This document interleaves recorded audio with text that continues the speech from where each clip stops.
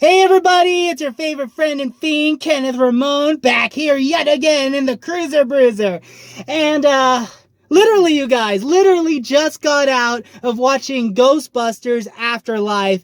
And wow, you guys, all I could say is wow. I've been anticipating this movie for so long. I remember watching the trailer a couple years back and thinking, okay, man, this looks awesome. This has potential. I like what I see so far.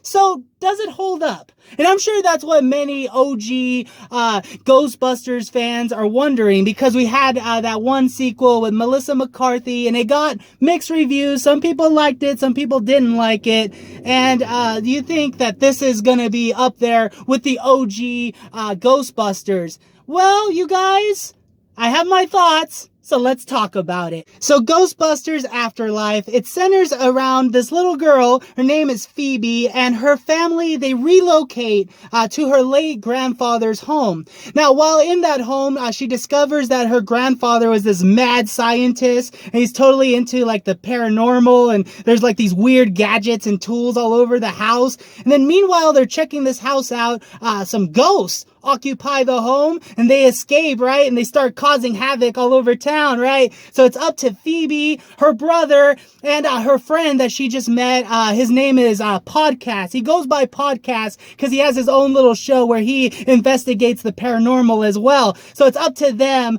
to save the day this time around. And you guys, those of you that watch my reviews know that I try to keep this spoiler free. So I'm going to promise you that this is a spoiler free review. But I just want to say, it's up to these kids. The kids carry this movie, and I think it works really well. Okay. The chemistry, with Phoebe, her brother, and Podcast, phenomenal. Okay. They do an excellent job in kind of like carrying that wave, because like in many ways, this is like the next generation, for Ghostbusters. As a matter of fact, Jason Reitman, he is the son of Ivan Reitman, who's the original director of Ghostbusters. He directs this movie, so it's literally like just passing that torch to the next generation of Ghostbusters. I just love that, man. I mean, you also get enough screen time with Phoebe's mother and her love interest, played by Paul Rudd, right? The sexiest man alive,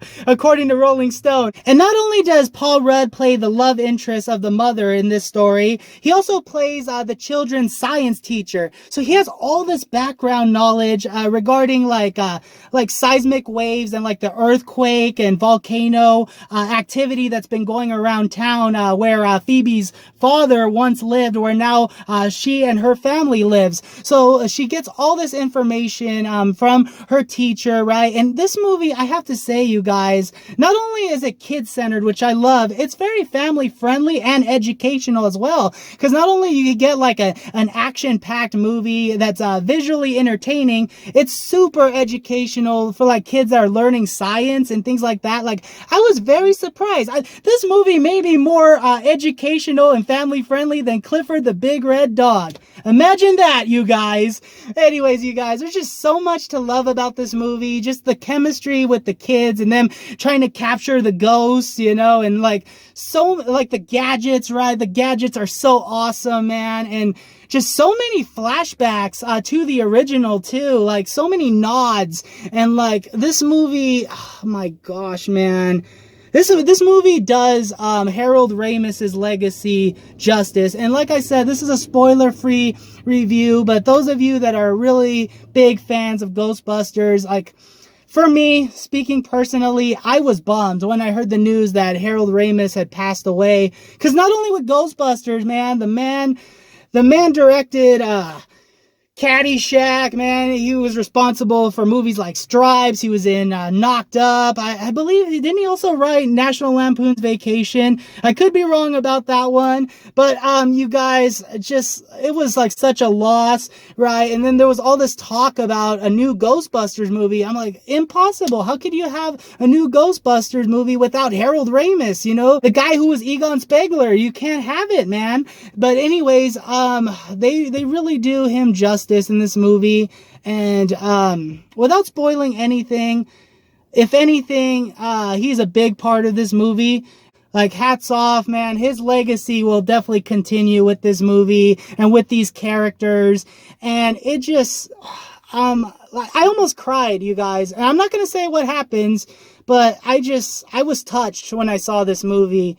And I think you guys that are OG Ghostbusters fans, man, don't run to the movie theater, okay? You don't want to miss out on this movie, because you're going to love it. This movie is amazing, you guys, and I think it does a good job as a standalone too. Like, you don't even have to be like a fan or know too much about the original too. Like, the movie, just because it's like centered around these kids and like their whole adventure and capturing these ghosts, and then you get the story, like, you really feel for Phoebe and her conquest of learning more about her grandfather now that she's figured out all these gadgets that are around the house, and like weird things just pop up out of nowhere. And what's really awesome about this movie, you guys, I know I'm purposely being vague because I really want you guys to go in it knowing as little as possible, but there's something for every generation of Ghostbusters fans in this. For new and old, you know, you're gonna get kids that are gonna start loving Ghostbusters when they see these kids, you know, take the stage, man, really lead the way.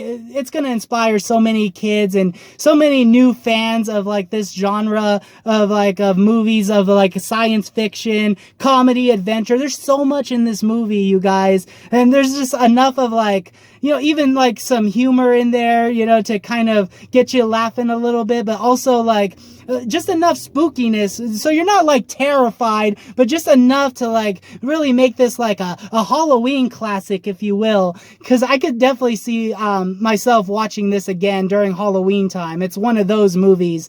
And like I was saying, like the OG fans, I'm trying really hard not to spoil anything, but as some of you guys may know, some of the original cast return, and that's all I will say. I'm not going to say who, but, you know, you're going to love it. You're going to love it when they return and you see some familiar faces. Stay after the credits. Okay, after the credits roll up, okay, you get the Ghostbusters theme song. A lot of people were leaving the theater, all right? They were happy what they saw, right? There's more. There's more to be loved, okay? I guess it didn't really fit into like the actual movie, so they left it until after the credits. But not only that though, stay after the credits until all the credits have gone up. I kid you not, there's at least like 5 minutes of like extra awesomeness to this, and you're not gonna want to miss out, you guys. Alrighty, you guys, before I get to my final rating on Ghostbusters Afterlife, I just want to thank you all so much for watching my video. If you like what you see so far, please give this video a thumbs up. If you're new to my channel, please consider subscribing. I really do appreciate all the support, as always, you guys. Thank you so much. So Ghostbusters Afterlife, man, is it worth your time? Most definitely, okay? And I recommend you go see it right now. So that being said, I'm going to give this 10 out of 10 crisscross awesome sauce. Go see Ghostbusters Afterlife right now. Just totally made my day, you guys. I can't stress it enough, man. I was smiling. I was kind of scared. I was kind of nervous at some points. And then like I got major nostalgic feels. And I even cried a little, man. Yeah, I'm gonna admit it. I cried, man. This movie is amazing, you guys. So that's all I could say. Go see it now. Thank you guys so much again for watching my video. That is my review. Kenneth Ramone, signing off.